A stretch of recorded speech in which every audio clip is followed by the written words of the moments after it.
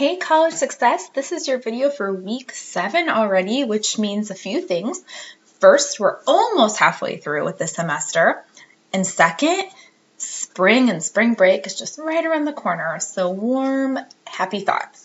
All right, so we are in week 7, which means we are getting into chapter 3, and there are only 7 chapters in our textbook, which means after this chapter, we are getting to that halfway point of our textbook as well, which is nice.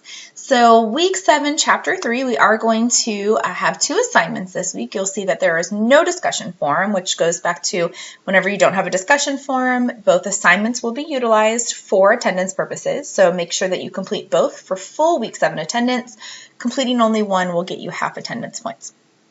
In the materials folder, we have our chapter slides. So I'll go through the chapter 7 content. This is all about building academic skills.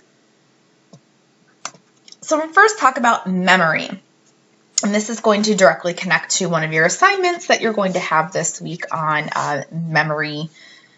It's like a little memory activity. So this is kind of the model that our textbook uses for memory. It says that we take information in, it goes into our working. Sometimes people think of this as like our short-term memory, and then we have to get it to our long-term memory. So in actuality, our long-term memory has no limit as to how many or how long it can remember things. We could technically remember something forever. The problem is we don't necessarily practice retrieving it, so that's why we can't recall memories from, when we were kids, or maybe even for some of us, like, what did we do this morning?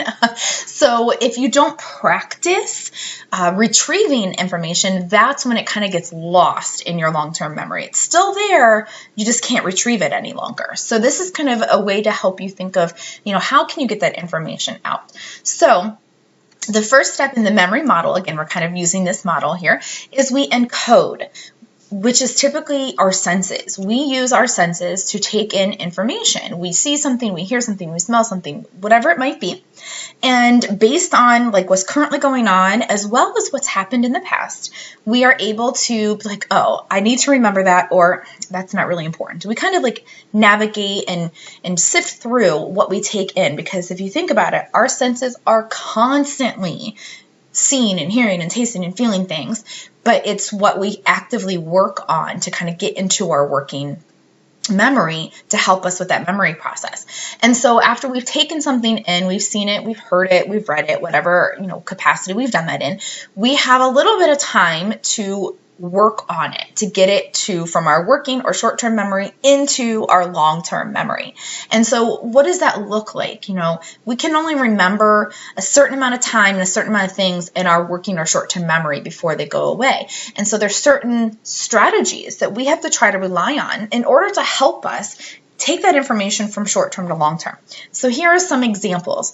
The first one is chunking, which, guys, I hate this phrase. It always makes me think of, I'm sorry if you're eating or anything, it makes me think of throwing up. But regardless, this is what the textbook calls it, is chunking. So looking at this right here, at first glance, it probably looks like nonsense, but then your brain might start to make sense of it, but then we chunk it. We kind of break it apart. This is kind of demonstrating what we should do with information. So we have a lot of different words or concepts or ideas. If we can chunk it or categorize it or put it into certain chunks of information, we can start to make sense of it. Okay. The next strategy is elaboration. And so that's where maybe you just have a definition, but elaborate means to add on to it. So you don't just all right, contraband means illegal or banned substances. That's what one of my classes is talking about right now. So you go into more detail. You give examples like, oh, when I was at the airport one time, it had a sign that said, the following items are considered banned, they're contraband, whatever. So you kind of go into detail. You connect it to personal experience or make a personal example, make it meaningful to you. The other strategy is mnemonics, which is where you come up with, or it's already come up for you, different acronyms or phrases or things like that. For instance, Roy G. Biv is the rainbow. red, orange, yellow, green, blue, indigo, violet, you know, like the colors of the rainbow. Some of you might have remembered PEMDAS from math. You know, that's a mnemonic. Your homes, your Great Lakes, Huron, Ontario, Michigan, Erie, and Superior. Depending on what courses you're in, some courses have their own like certain sets of these word strategies, but whatever works for you. When I was studying in my doctorate program, the GRE, I would make like little songs and little poems and little goofy things, and my husband would always look at me funny, but hey, it stuck out in my head because I had to do what worked for me to kind of help get things from my short-term to my long-term memory. So those are some strategies. And I always like to say that, you know, our brains, our memory is like a file system. And if you file something haphazardly, you just are like, yeah, it goes there, it's going to be more difficult for you to find it. But if you are strategic with how you file something, like, oh, I'm going to file it using chunking, you can retrieve it more easily. Like, oh, I know exactly how I put that information in. So which leads us to then the retrieval process. The more organized you put information into your memory, the easier it is to retrieve when needed. And so we're going to talk about, you know, a couple ways toward the end of the slideshow. How do you practice retrieving? Like, great, it's in there, but what do I do to retrieve it? Like, how do I retrieve the information? I've organized it in an easy way, but how do I actually go about retrieving it? So we're going to talk about that here shortly. So part of this chapter also talks about active reading strategies. And y'all, this is my area. I am a developmental reading teacher, so I literally could talk about this for hours. I won't, I promise. But there are so many strategies and so many things that are talking about active reading. The College Reading Learning Association says that 85% of what we read 85% of what we learn in college is done through what we read. And so that's a huge percent. So that means that we are often left to our own devices. You know, we have to read chapters and PowerPoints and manuals and text and everything. And so much of what we learn on an everyday basis, collegiately speaking, is through reading. And so how do we become a little bit better with our reading? Well, first we need to have some prior knowledge. How much you already know about a topic is going to assist your comprehension, which is great if you already know about something, right? But let's say you're learning a brand new topic. You're learning about the muscle system in A&P, and you don't know much about it already. Well, this is where you would go and you would try to get some prior knowledge. So you're maybe look through the chapter, like, preview through, look at the headings, the subheadings, look at the table of contents. My husband is a huge YouTube person.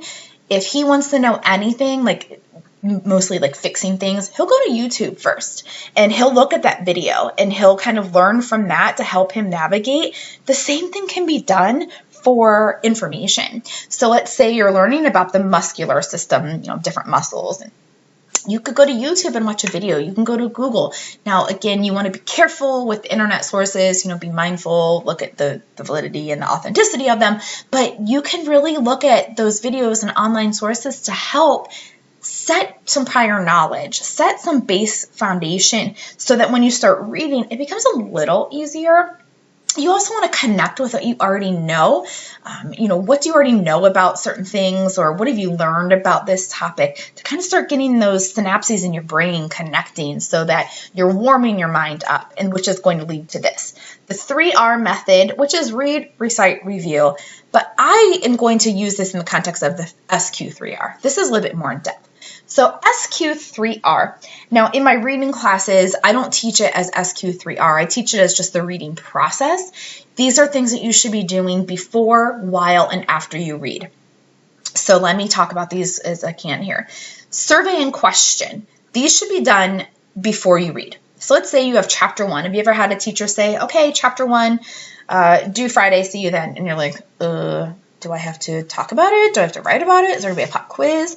So this is great in these circumstances, but also just in general, laying foundation for comprehension. When you survey, if you have chapter 1, the first thing you should do is preview it. Spend 30 seconds to a couple minutes previewing. All right, how many pages? Don't pretend like you don't do that, right? How many pages do I have to read? That's a form of previewing. If you have to read, 30 pages, you should know, it's not going to take me just 10 minutes. I need to carve out more time. So preview the chapter. How many pages is it? How is it set up? What kind of graphics and terms and beginning questions, end of chapter questions are there? Use chapter questions to create their own. This is kind of where I tell students to set a purpose. Your teacher might already set the purpose for you. All right, on Friday, you will be tested over this chapter. That's a purpose. I need to read this to be able to understand it well enough to do well on this test. Or you set your own purpose. When I'm done reading this, I need to be able to answer the questions that the chapter poses. Or I need to be able to define 5 vocabulary terms. Or you take headings and turn them into your own questions and say, I need to answer these questions. Excuse me. So you spend time before you read on these sections. Now, you're going to actually start reading. But you're not just going to read straight through. If you have 30 pages, that's not a good idea to read all 30 pages at once for lots of reasons. Our attention is not that long. Our comprehension is going to be overwhelmed. So that's why it says read a section. Read one section. If it's 30 pages, read 5 pages. Then read the next 5 pages. Chunk it. There's that word again. Chunk it up.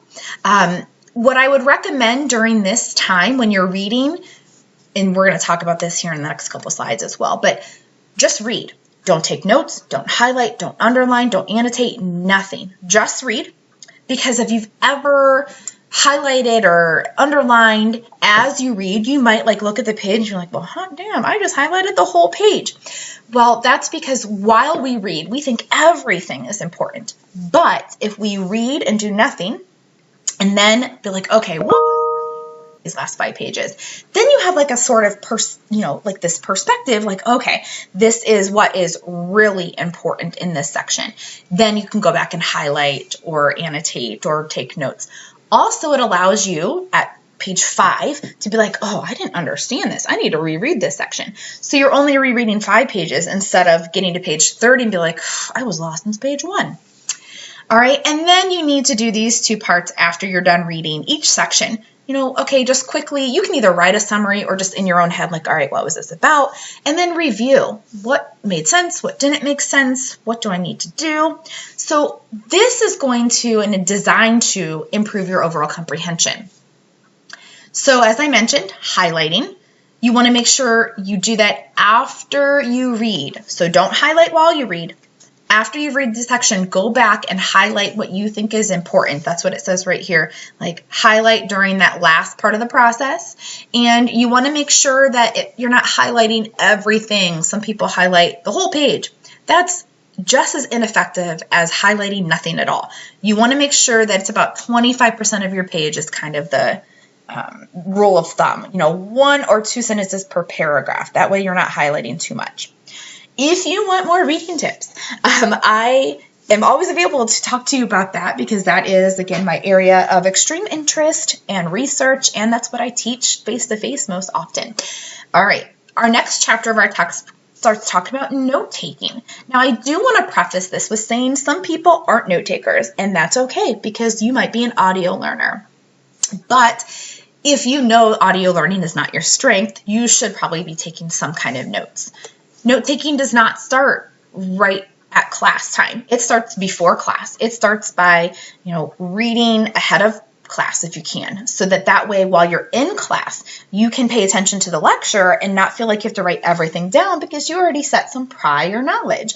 Reading the syllabus, know what's going on, asking questions, taking notes, answering questions, maintaining eye contact, all of that goes into the note-taking process because honestly, what we don't kind of rehearse and write down and think about, we end up forgetting. So how do we take notes? Well, there's lots of note-taking apps.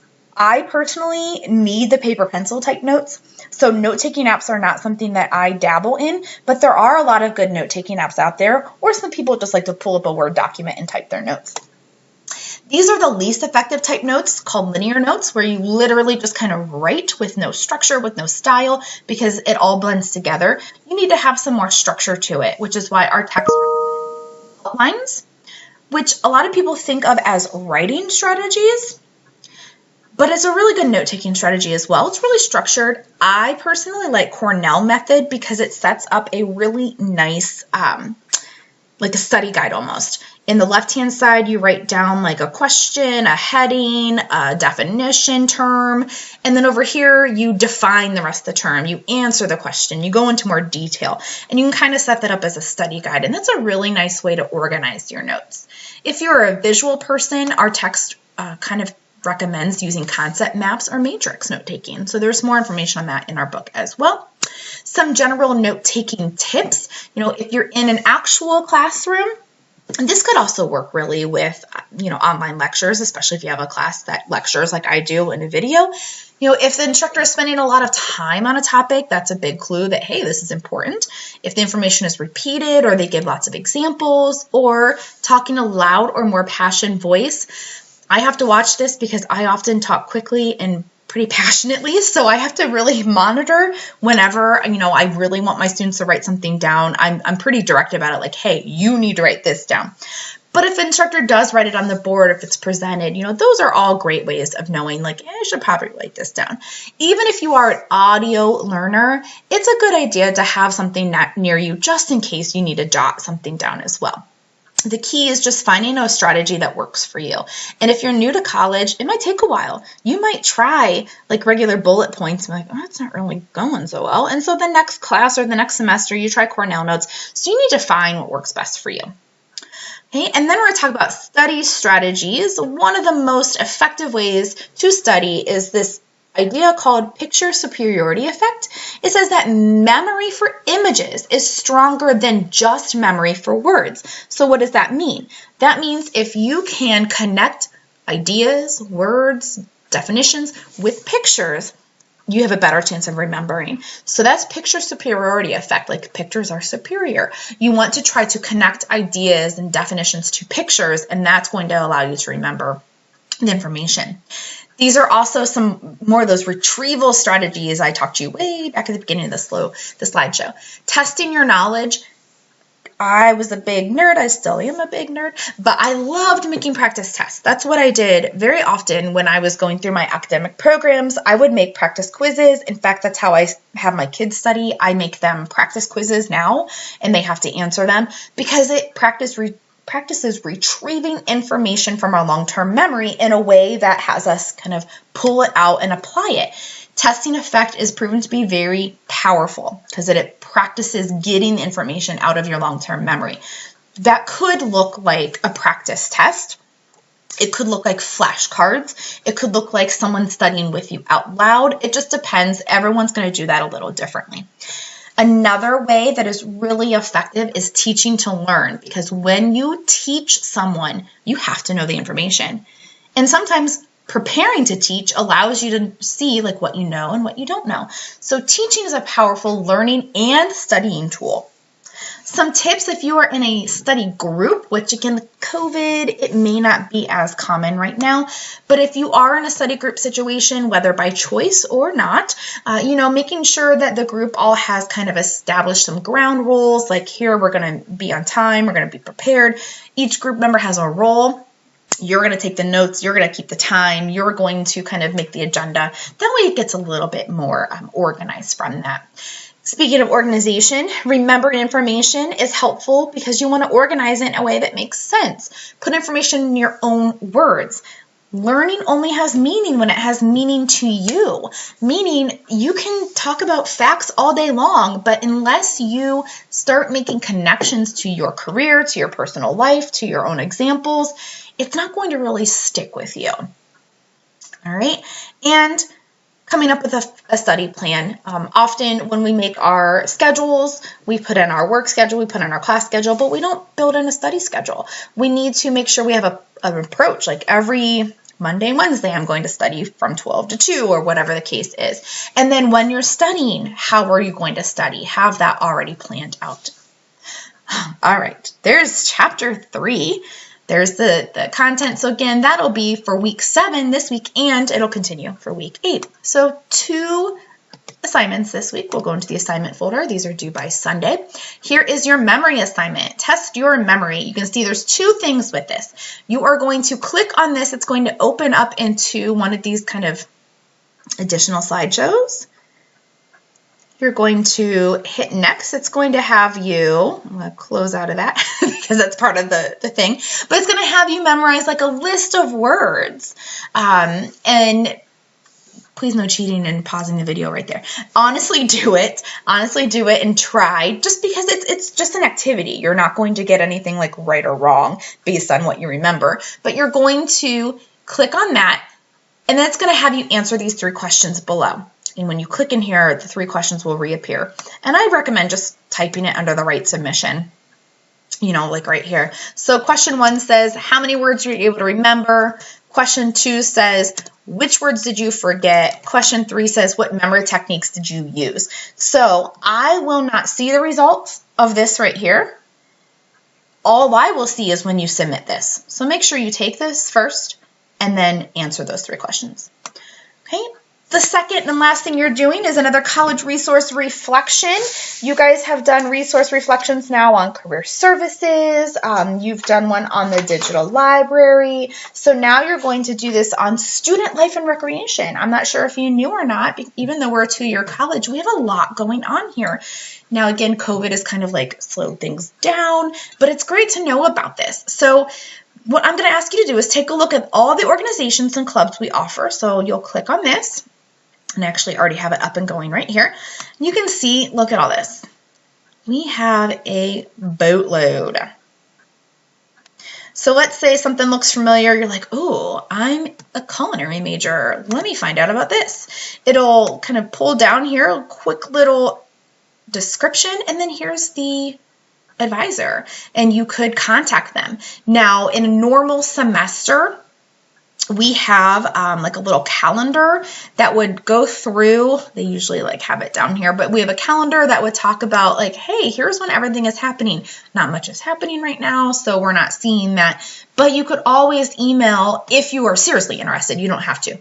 If you're seriously interested, you can email that advisor and say, hey, I'm interested. What are you guys doing right now? Or what do you see yourself doing in the future when COVID, allows us to join again? Now, joining clubs and organizations is great for lots of reasons. First, Vincent Tinto out of Syracuse University, New York, says that college students in particular who attend community college students often feel detached from their campus because you go to school, you go home, you go to school, you go home. Clubs and organizations allow you to feel a little bit more connected, which leads to longer retention and graduation rates, believe it or not. You might think like, what? Adding more to my plate is actually going to help me? Yeah, it helps you balance your time. It helps you feel more connected. It improves GPA and your likelihood of graduation. Also, networking. It allows you to network with people. A lot of these advisors are people in the field or who could potentially be a reference. Build your resume. It looks amazing on your resume when you have, experience with these clubs. A lot of jobs want you to have experience to get the job, but how are you supposed to get experience without a job? So sometimes clubs can help fill in a little bit of those gaps, and it's just fun. Fun connecting with people who have similar interests. You'll see that some of these are based on major, and some of these are just fun, like Gamers Guild. This is for, you could be in a program that has to do with this, or it's just for fun. So when you click, you're going to look through those, and it says find 1 to 3 organizations you might be interested in potentially joining. You do not actually have to join. And then in your reflection, remember, reflection is about a paragraph long. Talk about why you could benefit from joining that organization or getting more involved on campus in general. So if you want to type it in Word and submit it, you can, or just write submission. Just talk to me about that career service, or the student life and recreation. Career services is the current week I'm grading. That's what's in my head. So that's the student life and recreation assignment. All right. If you have questions, please let me know. I hope everyone has a great week 7. Bye-bye.